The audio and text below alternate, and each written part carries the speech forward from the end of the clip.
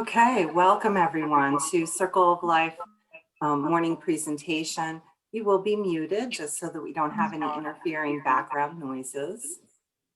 Circle of Life Coalition is a safe space where we discuss everything related to end of life, aging in place, and those topics that interest us related to disease processes and questions we might have and difficulties and so forth, again, related to end of life, aging in place. This morning's speaker is Heather McCool, and we will introduce her shortly.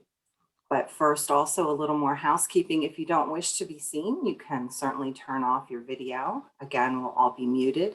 And at the end, we will launch a poll for you to take to rate our speaker and give us any ideas and so forth. So we do take everybody's opinion very seriously and encourage you to do that. We will also take questions. You can ask them at any time in the chat section, and we will review those with Heather at the end. Before we start also, we will ask one of our board members this month, Melissa Oley, to do a little reflection to get us centered. Melissa. Good morning, everyone.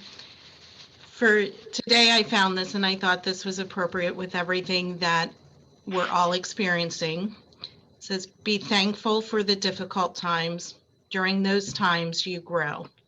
Be thankful for your limitations because they give you opportunities for improvement. Be thankful for each new challenge because it will build your strength and character. Be thankful for your mistakes. They will teach you valuable lessons. Nice. Thank you so much. I appreciate that. That was great. Every month, we also have kind sponsors who help us to keep things running. This month, we are fortunate to have someone from Elmscroft be our sponsor, and that is Melissa. And I apologize, forgot your last name, from Elmscroft, to be our speaker for Elmscroft. If you could just take a few minutes and tell us about your wonderful organization. Well, first I want to say thank you all so much for this opportunity to share information about our Elmcroft Senior Living. So I'm going to share my screen. Give me 1 second. I'm so sorry. So I have to be honest with you, this is the first time that I've used Zoom to share my screen. And I have it up.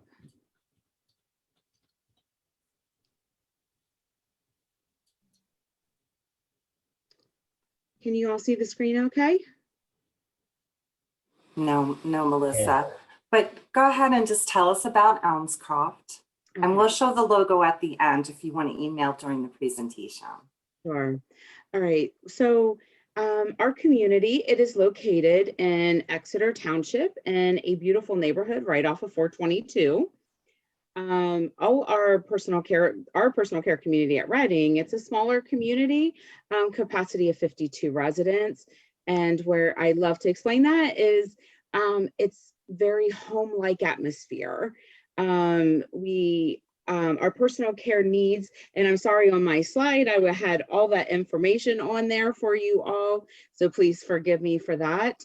I'm going to scroll down real quick. Oops. Okay, so we have a customized care plan to meet our residents' specific needs. We have 24-hour resident care staff and security, assistance with daily activities such as medication management, bathing, dressing, coordination with local healthcare providers, restaurant-style dining, opportunities for social and personalized activities, scheduled transportation for errands, appointments, and group outings, secure, comfortable, and care environment.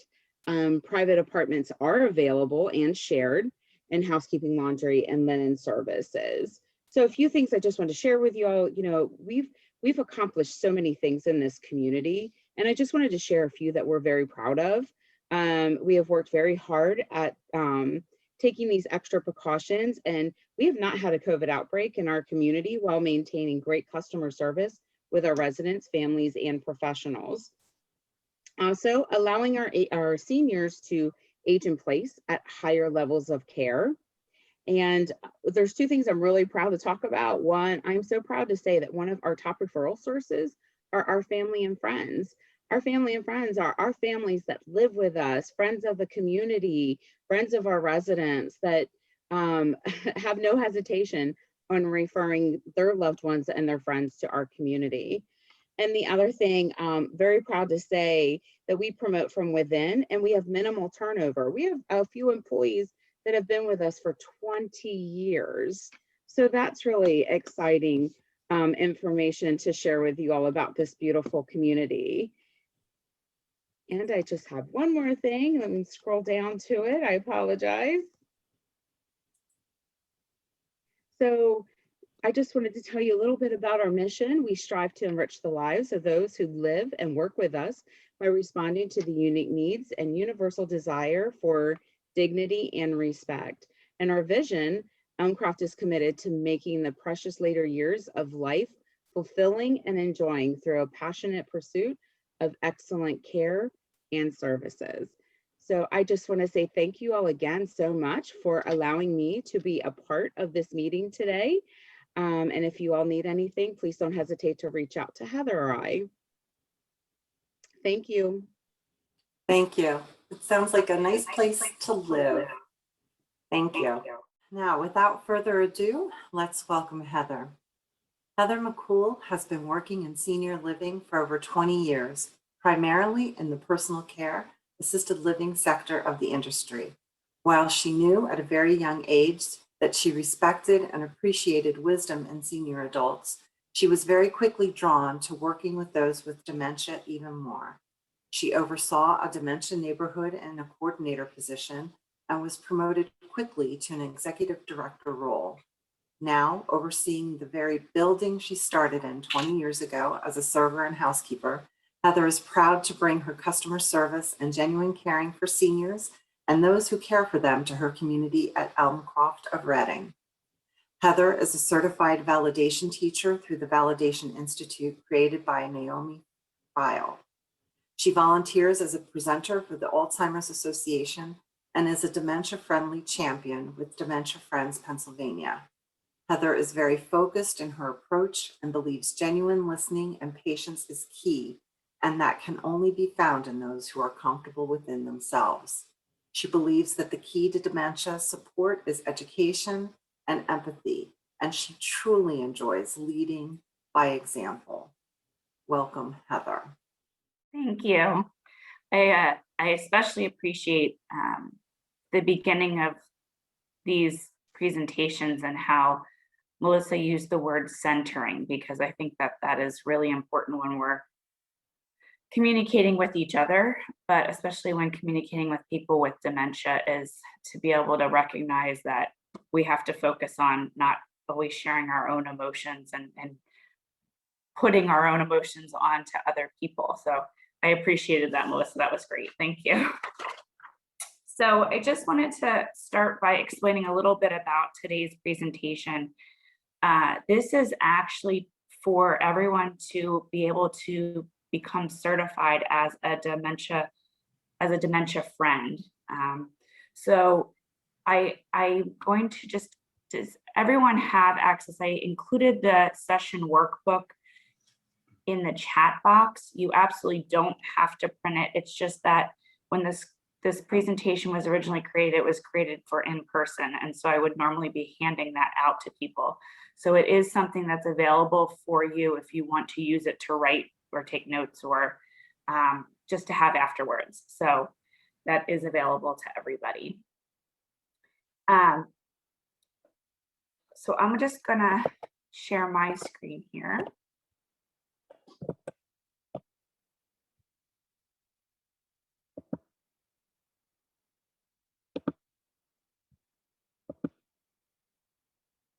Can everyone see that? Okay. So a little bit about Dementia Friends Pennsylvania. Like I said, this is an information session. Actually, at the end, I will ask for everyone's name and email address, and I will actually be able to send you a certification that looks like this so that you are officially a dementia friend through the organization. So that is the goal out of this. There we go. So after this session, you will be able to describe some basic things about dementia, know the most common types of dementia. There's 5 key messages that we'll go through about dementia. And then one of the things that's most touching to me, as I mentioned, is how to effectively communicate with people with dementia. And then just some kind of small action that we're all going to look to take moving forward with this information, because one of the things that is so important is that when we have education and information, that we use that knowledge that we have in the community. And when I say community, what I love about this is we use that community word when I'm talking about where I work, but I'm talking about the greater community here. So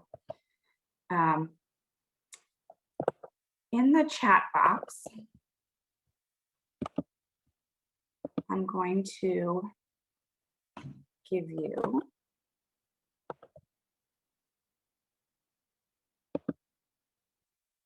a link here. If you can click on the link, the question is, what comes to mind when you think of the word dementia?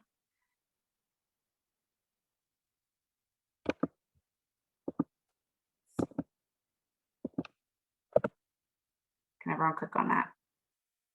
You can actually type in, I don't know if anyone's used this feature in Answer Guard, and we can see everybody's answers here.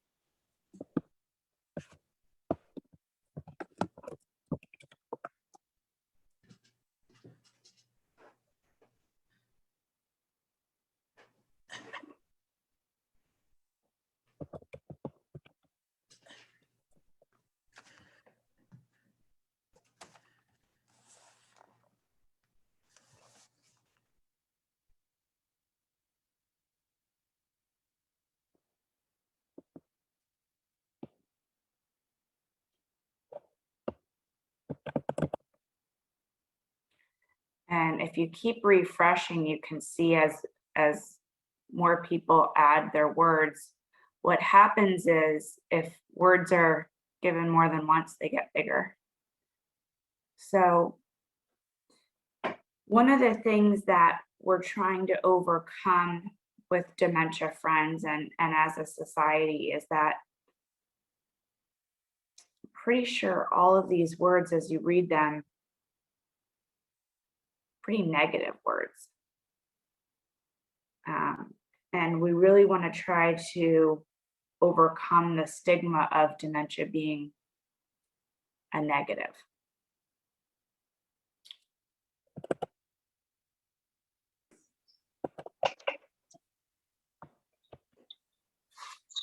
So Dementia Friends is actually, it actually started, it's actually a global initiative. So this actually is something that it started in the United Kingdom through the Alzheimer Society. We don't talk about the Alzheimer Society as much in the US because it started in the United Kingdom. But as part of the initiative, it's become worldwide, as you can see. And so Dementia Friends USA has broken out into different states, including Dementia Friends Pennsylvania. I actually just saw, I think last week, I want to say it was Utah just created a branch as well. So it's growing. And this has been since 2017, when it actually launched in the United States. So becoming a dementia friend, the goal is really to help other community members. It's to help people with dementia in our surrounding neighborhoods, people that you might see at the grocery store or at the bank.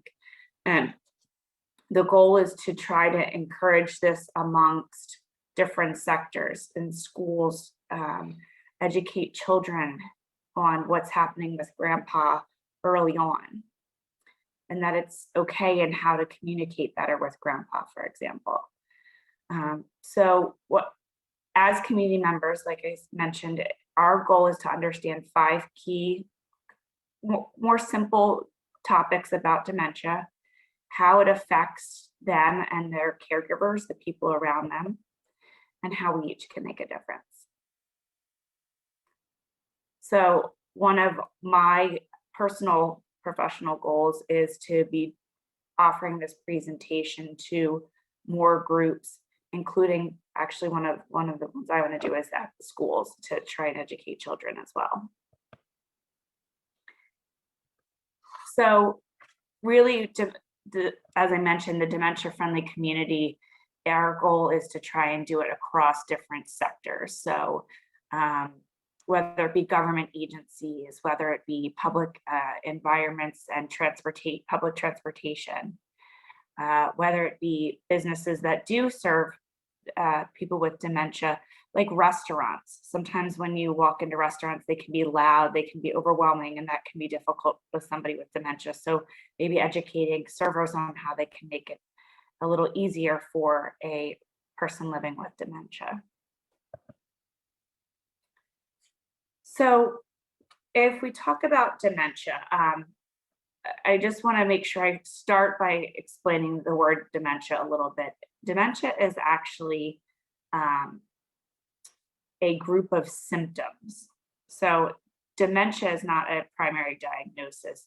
If someone has dementia, their diagnosis should actually read dementia of the Alzheimer's type or Lewy body dementia. Alzheimer's disease is the most common form of dementia, but it's not the only. I would say I'm seeing more in the industry, probably because of better diagnosis, where more and more people are being diagnosed with Lewy body dementia, frontotemporal dementia, and vascular dementia. Those are the 3 that I'm seeing more and more, as well as Parkinson-related dementia. But if you hear the word Alzheimer's disease, some people ask what's the difference between Alzheimer's disease and dementia, and Alzheimer's is a form of dementia. It's the most common form of dementia. So to talk about dementia or Alzheimer's and normal aging, I wanted to go through, there's actually 10 topics that discuss the difference between normal aging, and I kind of want to say normal, quote that a little bit, normal aging and early signs and symptoms of dementia. As we age, we all have physical changes, gray hair, wrinkles, aching body, so some of those things, but it's not just the physical piece, it's with dementia, it's what's happening actually inside the brain. And I always find it interesting because with dementia, I think people struggle to understand what's happening because you can't see it. You don't know what's going on inside, where you can see the gray hair, you can see the wrinkles, you can see someone walking a little differently with pain in their hips. If someone has cancer, you can see hair loss. There's all different kinds of things that you can see change, but with dementia, it's happening inside. So people don't always realize that. So one of the most common signs and symptoms of dementia is memory loss that disrupts your daily life. So we all have, not even just from aging, we just maybe overload and stress where we might forget where we put our keys, or we might walk into a room and forget what we were going in there to do. Some of that is just normal day to day. But when it's disrupting your daily life and you can't kind of take a step backwards and recall and take those few seconds to remember what you were doing or where you were going, that would be a difference in normal aging versus the early signs and symptoms of dementia. Another example is when you're having challenges or planning or solving problems. So The best example in this category is when it comes to something like bouncing your checkbook. We can all make a mistake when we're bouncing our checkbook where we just missed the math on one number, or we missed that a check cleared. You know, those are things that we can do. You probably don't make that kind of mistake very often. It's occasional, but just because you do it doesn't mean that you have early signs of dementia. When you no longer can complete the task and follow maybe step by step, or another example is following a recipe that you've always made and now you're stuck on this following the steps. That's things that your brain does to plan and solve a problem that it can't do anymore at times with dementia. So that would be the difference between normal aging and then early signs and symptoms of dementia. Another good example is just completing familiar tasks at home. So sometimes that's driving somewhere. You know, I do this normal aging, occasional help to use the settings on a microwave or to record a TV show. The recording on a TV show can be difficult at times for many of us because the remotes are always changing and some of that's technology. But when it's something that you do on a daily basis, like getting gas in your car, and it becomes more difficult, those are signs and symptoms of dementia. I think when we did the answer garden, a lot of people wrote confusion when we think of dementia, and that is true. The difference is, especially when you're retired and you don't have as much of a schedule, you might not realize it's Tuesday instead of Monday, or at the end of the month, going into the beginning of the month, we just had March 1st. You know, sometimes you might still be writing 2 at the beginning, thinking it's February if you're writing the date when it's really March. Those are some simple things that we all might miss. But when you can't recall it and you're thinking and the answer is not coming to you, or you can't remember what yesterday was to figure out what today is, that kind of confusion with time and place is more common with dementia. And then this one is really interesting, and it's hard to assess at times, but as we age, like I mentioned, some of the physical changes are you might start to have cataracts, or your vision might be changing a little bit. That's normal as your eyes are getting older and your eyes are getting more tired. But when you can't see the difference in things, usually from a visual image standpoint, for example, the most common way I describe this is if you walk in someone's house and they have light wood floors, but then they have a dark rug. Someone with dementia might see that dark rug as a whole. So you can't interpret someone with dementia's brain can't interpret the difference of that spatial change and color change and what that is. And that can affect a lot of different things in day-to-day tasks because of that. Another example is, this is the 6th sign of a change with dementia, is new problems with words in speaking or writing. So the ability to communicate. Again, if you're not writing as often, your writing might not be as good as it used to be. That's normal. Or you, like I mentioned, overload. Sometimes you might forget the name of somebody or the word that you're looking for when you're communicating.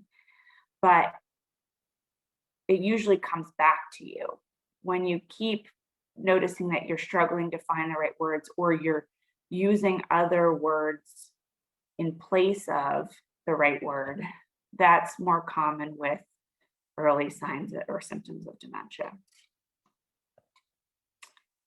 Our 7th symptom is misplacing and losing things and the ability to retrace your steps. So I think I talked a little bit about that when I was talking about memory recall, but this is similar where you misplace things because you can't go back and find where you know, what you did with it. I remember I came home and I took my keys out of my pocket and I put them here. Typically, it's more about the lack of ability to retrace your steps. And then the 8th sign or symptom is related to decreased or poor judgment. And this one is the one that really affects people's safety and decision making, and can really lead to some poor things for somebody. And so this is where I really like to see if people step in a little bit more, even when it's difficult. A really good example of this is that people with early signs of dementia are at a really high risk of scams. So getting the phone call that if you give me $2,000, I will give you $100,000 next month. Or the scam that something happened to your grandson is in jail. Those are the kinds of, and then people believing that and not understanding the difference or not being able to decipher the difference really is what happens. That's decreased or poor judgment compared to sometimes we make bad decisions. And sometimes we might, you know, if we're on a day-to-day basis, we make a bad decision, we can say, we made a bad decision. Last night at dinner, we always have conversations with my daughter about how your day was. And one of the things she said yesterday is, what's something that we all did today that we think we could have done better? So we all have those things, but decreased or poor judgment is when you're making some big decisions that are unsafe or not willing to give up keys to the car and your driver's license, even though you've had 4 accidents in the last year. So that would be decreased or poor judgment. And again, as I mentioned, those are often safety related. The other one, this one's can be difficult, and especially now with COVID, with us not seeing people as often, is we're seeing more and more people withdraw from work or social activities, not because they have to, but more because it's really because they notice the changes going on within themselves and they're often embarrassed. So they don't want to go to church anymore because it's too much, and kind of make excuses as to why they might not do it, even though the reality is it's typically out of an embarrassment or noticing that there's a change within themselves. That's different than our normal day-to-day where I was a little nervous about this presentation, or just day-to-day obligations, different than like a full withdrawal. I didn't pull back and say I'm not doing it. And then the last one is changes in mood or personality. So this can often happen as a result of any of the ones above, any of the symptoms above, because it's how it's presented. So for example, someone might become really anxious and fearful because they know that they're misplacing things, or they're worried that their speech has changed, and they become irritable about it. I would say irritable is probably one of the words that I hear the most when it comes to a change in mood and personality. And there's a reason behind it. It's not that the dementia made them irritable. It's the changes from the dementia that made them, that they're irritable about. So I hope that makes sense. Whereas, you know, sometimes we might have a bad day, or even if our routine changes a little bit, we don't like change, we might struggle with that, or we're tired. Those are normal things, whereas a full change in mood and personality can be a sign and symptom of dementia. Really, when we know all of these changes, it can help us understand. The whole point of knowing this is to help us understand what someone who's living with dementia is actually going through. That all of these things on the right can be emotional and difficult. And it's our job to recognize that as a dementia friend. So I have a short video.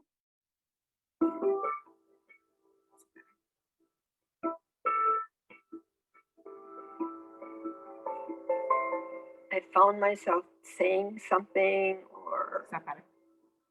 trying to say something and then I realized that the word didn't even fit in that I said or something like that. So I just kept, thinking about it, and it didn't happen every day. It didn't happen, hardly at all.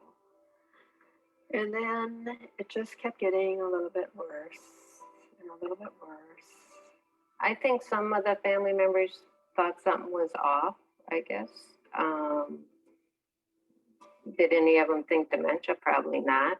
When you used to doing things and doing it right and doing it, and and all of a sudden, you can't remember this, and you can't what is your name? It's like a dark area. It's just like being in darkness.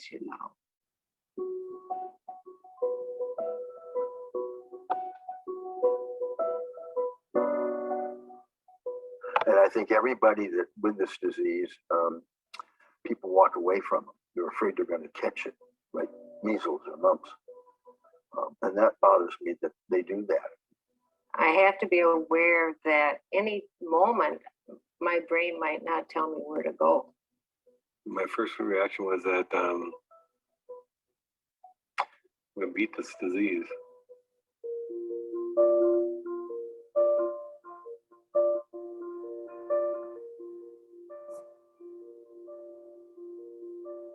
I can't spell anything like I used to be able to just spell. You just write a check.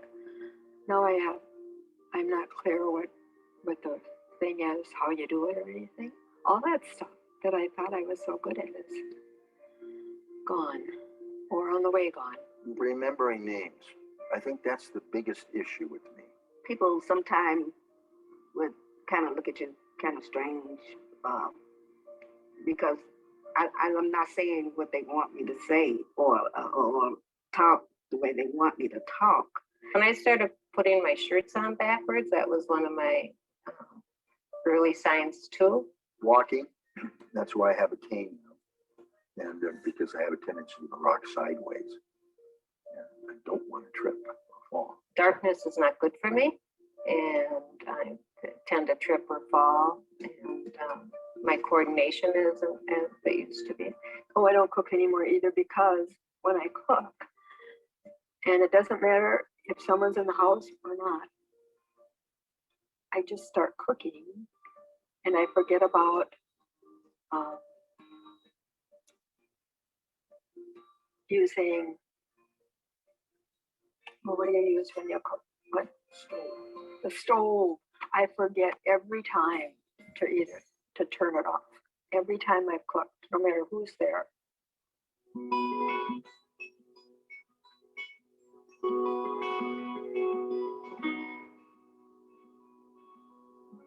Right now, like I'm doing really good because I have someone that takes care of me really good, Be active in the community still. Go to yoga, do things like that. Don't do it so well, but that's okay. Staying active, even a little bit active, keeps you interested. And I like to be around people. When people would struggle, I'd go over and help them. And I found it very uplifting to help other people. You can't deny this disease. If you deny it, you're going to get in trouble. The singing is very, very good to the brain. We know that. And the more we can do that, the better off we'll be.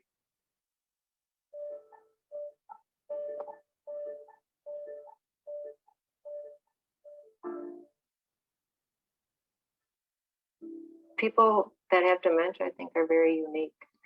I think they have a lot to offer still. It's an attitude here. You have to get up in the morning and say, okay, I got to do this today. Even if it's just one thing. I can say to a person that it's going to be all right. And I can say to a person that depend on God. Because with God, everything is possible. I'm not ashamed of it. And nobody should be. I mean, I had cancer. Was I ashamed of having cancer? No. Why would I be?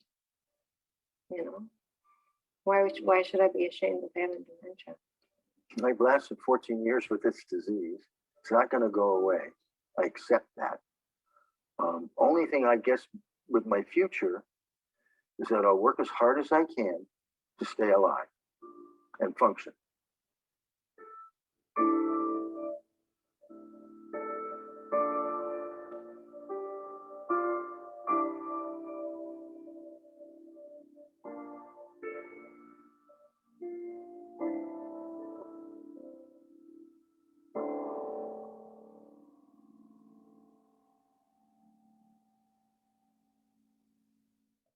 So a comment in here is, my thoughts are that dementia has no regards to age. And these 5 individuals were accepting and optimistic. And what kept going through my mind was that they're very, very, very brave people to just and have such a positive outlook. And to me, it's so frightening.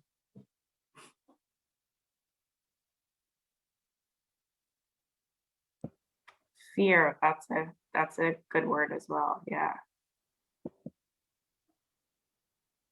So again, the purpose of this is to try to encourage empathy on all of our end and give us a different realization of what people might be going through and their caregivers.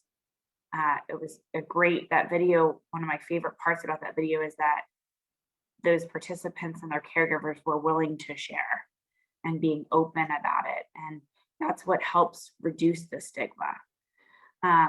So going back to the presentation, there's 5 key messages that we want to take away out of this, and that is, sorry, dementia is not a normal part of aging. Not everyone who grows old will develop dementia, and you don't have to be old was actually a good point to have dementia. Dementia is caused by diseases of the brain, and I'm going to show you a visual of the brain that I think helps us compare a normal aging healthy brain compared to an Alzheimer's brain. Dementia is not just about having memory problems. There's other things that we take for granted that our brain does that is really important. That's thinking, that's communicating, that's what we do daily, our daily tasks, and our brain telling our body how to function. So it's not just memory problems. It is possible to have a good quality of life living with dementia. I love the faith-based focus that one of the ladies was speaking about in the video, and going to yoga and staying active, and volunteering is actually a great one. Just them being part of that video shows their involvement. So that really can provide a good quality of life. And I would also say that if you noticed, all of those participants are, they look at things more optimistically. So kind of taking that on with stride certainly helps. And there's certainly more to the person than just the dementia. People living with dementia are a valuable part of our community, and we have to recognize that and appreciate that and learn from them. So as I was talking a little bit in the beginning about a visual, I'm a visual person sometimes, and I think this helps me to see when you see a healthy brain. Now this is a Alzheimer's brain, and it's a pretty advanced Alzheimer's brain, but it does show you basically the brain matter has deteriorated. It actually dies off and causes these gaps for the brain that can't function. So parts of the brain can't talk to other parts of the brain, it can't allow you to complete certain tasks or communicate or think as clearly. This is actually after autopsy, actually seeing the brain. And I'll keep this part a little bit short, but basically, if you think of your brain as a bookshelf and you think about on the top of the bookshelf, you have your facts and complex thinking, like our day-to-day communication, things that we do, things that we remember, all at the top. And then deeper in the brain, or at the bottom, at the base of the bookshelf, is our emotions, love, happiness, belonging. As dementia progresses, it affects the outside of the brain, or the top of the bookshelf, almost as if the bookshelf was rocking. It would knock off that top of the bookshelf first, and then you would not be able to retain those facts or those complex thinking skills.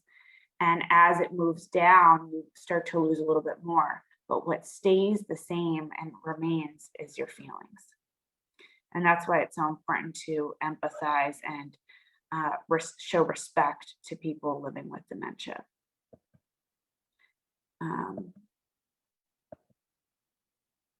So a couple things that, again, I want to just kind of go over in addition to memory loss is the planning and our skills to carry out everyday tasks. The more that we can encourage people to do these things when living with dementia, it's kind of like the use it or lose it concept a little bit. And so we want to encourage people to stay as independent, as involved as possible. I would go to, like, when it comes to those skills to keep ourselves going with judgment and interacting. People with dementia can still bounce their checkbook. They just might need some oversight or some encouragement, or maybe they pay some bills, but not all of them. Or maybe a power of attorney would help with things like that. So there's always a balance depending on the level and the impairment that somebody has. One of the things that I always think we take for granted is what we do every day. So hopefully everyone brushed their teeth this morning. If you think about what you did when you brushed your teeth, maybe just take a second and think about all the tasks, all the steps that were involved when you went to brush your teeth.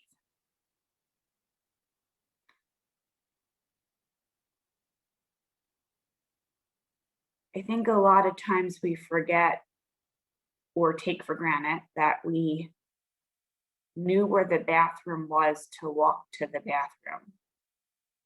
And that you walk in a room and you just automatically turn on the light. And you automatically know where your toothpaste is kept. Is it in the drawer? Is it in the medicine cabinet? And you know how to, you can use your dexterity and open the toothpaste and put it on the toothbrush. And another one that I think we forget sometimes is we have a good idea about how long 2 minutes is to brush our teeth. Instead of brushing and 10 seconds later, it feels like 2 minutes and we stop, which can often happen when your brain isn't functioning as well and not telling your body how to complete those tasks. So some of these simple things that we do, I ask when you brush your teeth tonight, because you'll do it twice a day, right? If you reflect and think about somebody with dementia and how it could be difficult for somebody, and maybe appreciate what you have. To kind of conclude, as we're talking about dementia, my favorite is talking about how we communicate with people with dementia. So one of the things that we see change with someone who has dementia is that they use familiar words over and over again because that's what they hold on to. And any change in wording can be difficult for the brain to adjust. So they'll sometimes even invent new words to describe familiar objects, calling your phone your keys, or your a tissue, a napkin, even though it's similar, it's because they're forgetting the word tissue. Easily losing your train of thought and then not being able to go back, reverting to a initial language, a birth language, because that's typically deeper in the brain, and then having difficulty organizing words logically. What I really appreciate about this slide the most is that someone with dementia often looks at something and sees it this way, even if it all was written in English. You know, they only see one or two pieces that they can read or understand, and it can be difficult to process. It's also almost overwhelming is the word I would use to describe that. So some communication tips is that we have to respect and treat that person with dignity. Be aware of your feelings that you could be putting onto somebody else. If you're impatient, waiting for the answer or waiting for that word, the other person's going to feel that. So be patient and supportive. Offer comfort and reassurance. Sometimes it's all in your eyes, especially when we're wearing masks right now. How can you communicate using just your eyes and still be supportive? Making sure if your eyebrows are coming together, you may be frustration. So trying to be conscientious of how you appear as well. Avoid criticizing or correcting, and avoid arguing. So if someone says something that is wrong, it's not worth arguing, saying, no, but it's this way. You just kind of go with it sometimes. I see that happen a lot with spouses when one has dementia. The other one wants to correct the other one often. Guessing the right answer isn't always necessary on our part. Sometimes it's just being patient and listening and not correcting. And then encourage nonverbal communication, kind of like I was saying with your facial expressions can be a good example of that. When approaching a conversation with somebody and starting a conversation with someone who has dementia, always approach them from the front, often because of the visual changes coming from the side or behind can scare somebody. Identify yourself, don't take for granted and expect that they would know who you are.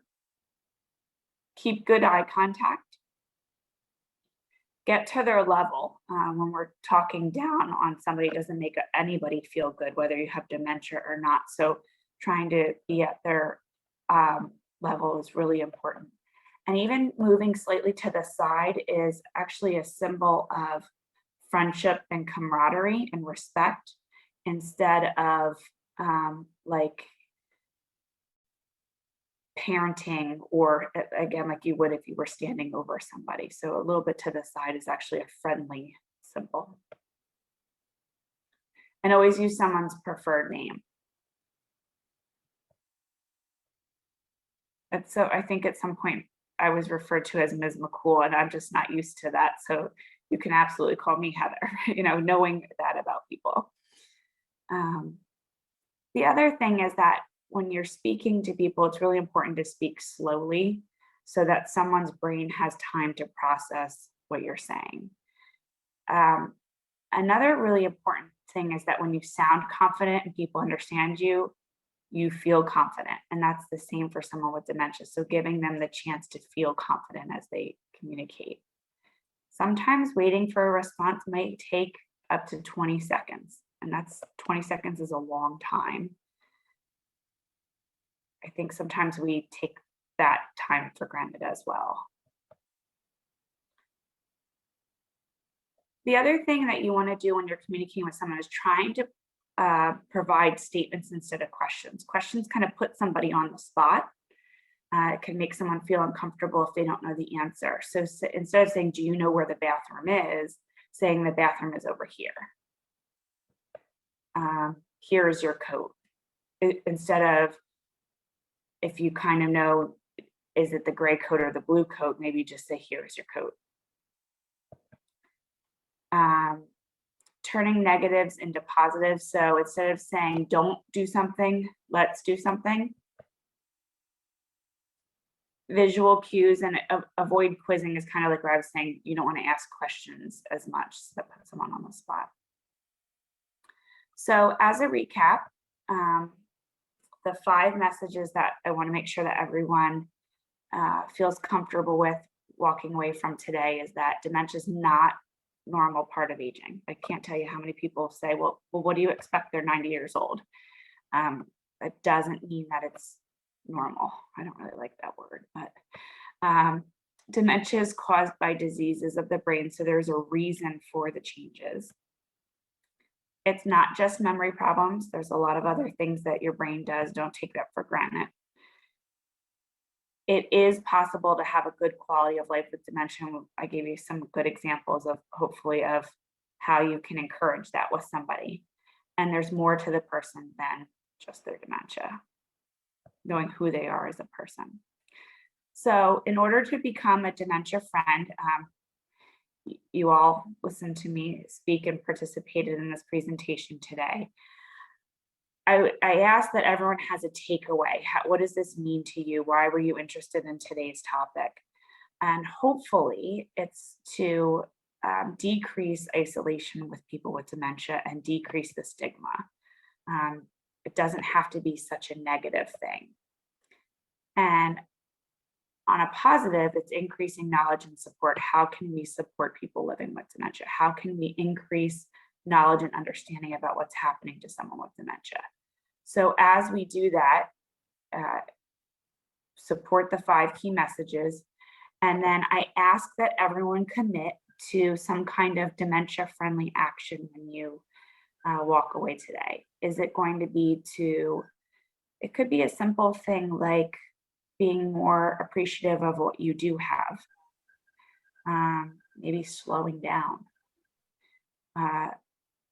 Maybe it is that you would like to have other people go through this presentation and education, and I'm willing to do that. So as a dementia champion, I can continue to offer this at your workplace or to your family or whoever it is. I would love to do that and share the knowledge. So if everyone can just take some time to think about what you will do as now a dementia friend and how you will pass the word and respect those with dementia.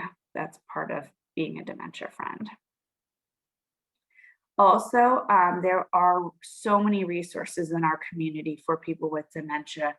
Some of it's through volunteering, some of it's through your support, some of it's through additional education.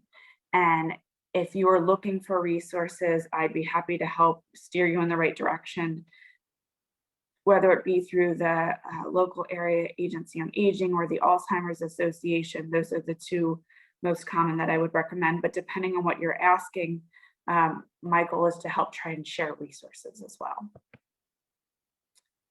And as I mentioned, if you're interested in hosting a session, just reach out to me and be happy to coordinate that, and we can hopefully have more dementia friends. This is Annalise and Stacy. They are our masters in Pennsylvania. They are actually, they live in Pittsburgh, and they work for the Jewish Healthcare Foundation in Pittsburgh, and that's where this is basically centered in Pennsylvania. So you can always contact them as well. And I think that's, as a follow-up, if I have everyone's email, I will be sending you a link to evaluate the presentation, and then I will send you your certificate. So. Okay, thanks. So I half answered Anne Marie's question. She had asked for a number 1 cause of dementia, and I responded that there are some dementias that have diagnosis space, like vascular, the Lewy body you had mentioned, and so forth. But is there a vitamin deficiency? So the simple answer is there's not a number 1 cause, but there are certainly ways to help prevent, and you had reviewed that also. But and I told her I would rephrase the question a little bit. Is there any advancement in the science to specificity of a cause for Alzheimer's dementia.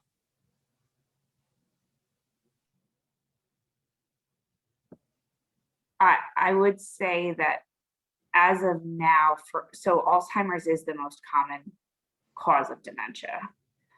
So I think that was a good question. I don't know that we have the answer to that for science, through science yet, what's causing it. I think there's a couple things that are leading, but I don't want to say for sure yet because I don't think it's proven. Thank you. Lots and lots and lots of emails coming through, so that's wonderful. You'll be very busy sending links. Everybody's saying thank you. I have launched the polling, everyone. Please take our poll. Interest in hosting a session through the church, so we'll make sure that you have that contact information. Tracy, Anastasia, to everyone, encouraging to learn even more about the disease and being more understanding to dementia and the patients it takes. Getting through this, scrolling through the emails here. Excellent presentation and interested in bringing this program into the office for the staff and caregivers. Very informative. And keep in mind also, if so for some reason that Heather might have in a few months not be available, this presentation will be posted on our website and on Facebook. And if you provide a little proof that you have viewed it, of signatures of folks, I think perhaps Heather could make some accommodation to be Friends of Alzheimer's. Definitely. The greatest risk factor for Alzheimer's dementia diagnosis is age and aging. But yes, being active and trying to stay healthy also important. I hope I didn't miss anybody's comments with all the emailing, advocating in a better way. More friends to get on board. Hashtag takeaway is to advocate for more people to be active. Yeah, unconscious bias. Sometimes we don't understand. We might make some judgments that we don't realize we're making. And it's an unconscious bias in our minds, and we'll make a judgment. We don't realize what's going on with the person that we're looking at or standing in line with. Thank you. Did I miss anybody's comments? Please paste them again if I did. I'm looking at my phone only because sometimes people will text me if they had a problem getting in or got lost, so I don't want to miss those. Okay. Other interest in bringing it into the office. So another comment is they find it interesting that there are professors and teachers and folks who develop, spend their lives studying that develop Alzheimer's and dementia. Yeah, takes lots of prisoners. But anyway, I want to thank everyone for attending today. Thank you, Heather. It was wonderful. I have to do some more housekeeping. Please take our poll, and our next presentation next month in April is dealing with miscarriage and stillbirths, presented by Adam and Chloe Safari. I hope that you can attend. We do have also another wonderful sponsor. It is Glass Tears and Mr. Doherty. And I hope you can attend that one as well. Thank you for attending this one and taking our poll. And Heather, excellent job. Thank you for having me. Thank you so much, everyone.